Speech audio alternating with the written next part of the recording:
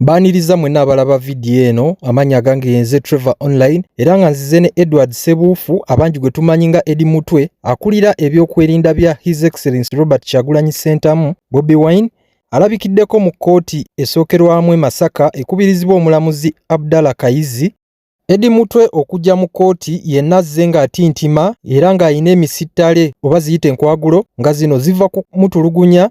era tukitegeddeko nti we yasisinkana Bobi Wine Eddie Mutwe yategeeza nti yakubibwa amasannyalaze we yali atulugunyizibwa mu safe house gye yali atwaliddwa. Eddie Mutwe wabadde mu kaguli ategeezezza omulamuzi nti bamuwa painkillers 12 nga lino nno ddagala likkakanya bulumi era agamba awulira afa takyasobola kweyinza. Ategeezezza oba bamusalako emikono bakikole wabula obulumi bungi.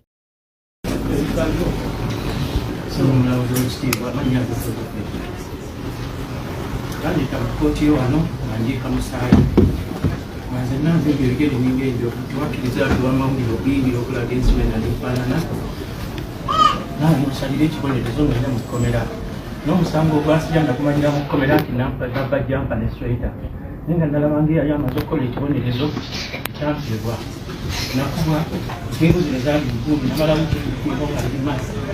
naye mwagamba banfe obujjanjabi obw'enjawulo mira painkiller 12 buli lunaku sifuna bujjanjabi businga ebikono oba bagitemako bagitemekonfune ku bujjanjabi buliro obulamu bwange bugenda singa bujjanjabi singa